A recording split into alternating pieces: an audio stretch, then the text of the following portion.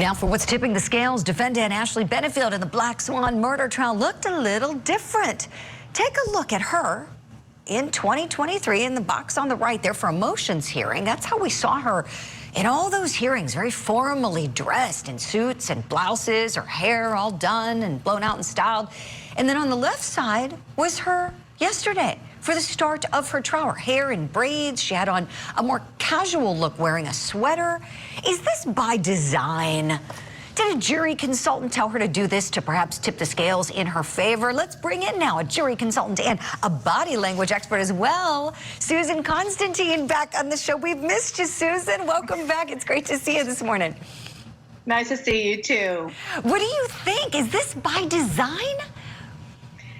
Yeah, I think it is by design, and I think it was a poor design. So I like the before, then I like the better than the after. So when we're looking at her appearance as she's going into the courtroom today, she looks like a PTA mom. I think that was intentional. The problem is that she looks very tired. Dark circles, hair pulled back, lots of skin. You know, we've got the icy blue, which tends to look more serene. And I do take into account color psychology and what it does emulate. But on the other hand, the other way really is more about her. She's a, former, she's a dancer, right? So she's a ballerina. I don't think that this does her any justice. I think she looks very pretty. Don't get me wrong. It's kind of like, tomato, tomato. I prefer the before than I do the after. That's what I would recommend. She looks so much nicer.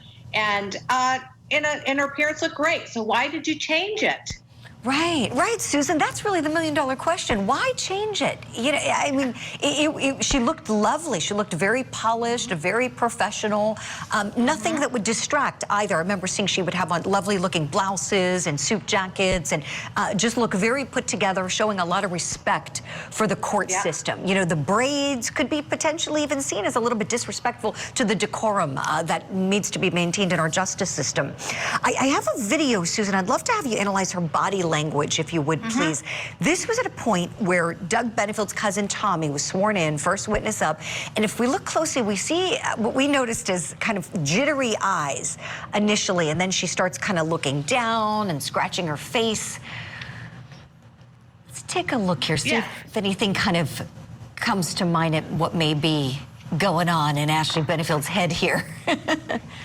Sure. So when you're looking down, that's in kinesthetic. That's the emotion part of us, right? So she's doing a lot of reflection. She's thinking internally. That's where our emotions are. When you see the blinking, that's what we call, that's anxiety. So it's not cognitive load. It's just that there's something that she's thinking about that is creating some sort of stimulus. So that in itself is telling me that there's something that's bothering her, but she's not really verbalizing it. Head down, not making eye contact. She's kind of internalizing, she's separating herself, she's not making eye contact, which is probably not a good thing. I think that for her, again, her image beforehand was so much better. So I'm going to share with you that if you're watching me out there, defense team, you need to shake it up a little bit. That's not really her best look. I'd change it up, go back to what was working. This other expression is not working for her. So she's in deep dialogue. Internally processing, lots of emotion going on, and it's being seen through that rapid eye blinking. Definitely. I'd be watching you and listening to every word you're saying, Susan, if I was on that defense team. I've got another clip for you, please. This is where we've got Eva Benefield. This was so sad. Doug's daughter, from his first marriage, his first wife passed away, so Eva is now without her mother and her father, and she was witness number 2 up. And let's look at Ashley here while Eva's on the stand. We noticed a lot of looking up, looking down. She looks to the side often, we noticed.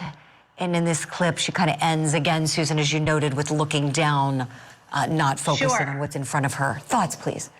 So there's a couple things that I'm noticing. First of all, she's kind of shrunk inside of her chair. Her shoulders are down, and you see them kind of cocked up. There's some sort of conflict between what's going on here. So she's not feeling totally confident. And also she had horizontal worry lines. You could see them. It's not right here, but early on when you just showed it, you could see that she showed the little worry lines that are up there. So there, and then her lips kind of pursed and tightened up a little bit. So there was some sort of disagreement or worry or concern that I saw through her body language. Again, looking down, breaking eye contact, and her slouching here, making herself small. She's not looking very confident right here at all. See the worry lines right there? So that little blinking up, she's just kind of making eye contact, just kind of seeing what's going on there, kind of like what we call affirmation glance, and then she comes back down. So there's a lot of shame. There's something in here that's making her feel really not confident,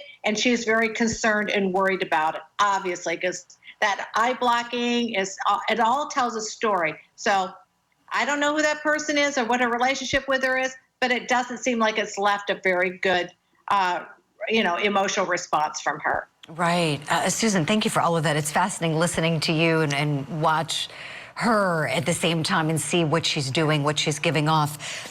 We've just gotten another clip in from an interview that ABC News did, and they rolled it out this morning on Good Morning America. We played one a short time ago. Now we've got a fresh clip. I would love for you to take a look at this interview, the sit-down with Ashley Benefield, the Black Swan. I feel like doing it for other people because I know I'm not alone in this. There are women all over the country, all over the world who have gone through or are going through hard situations behind closed doors. It's a horrible reality. I wouldn't wish this on anybody. Emerson's already been through a lot.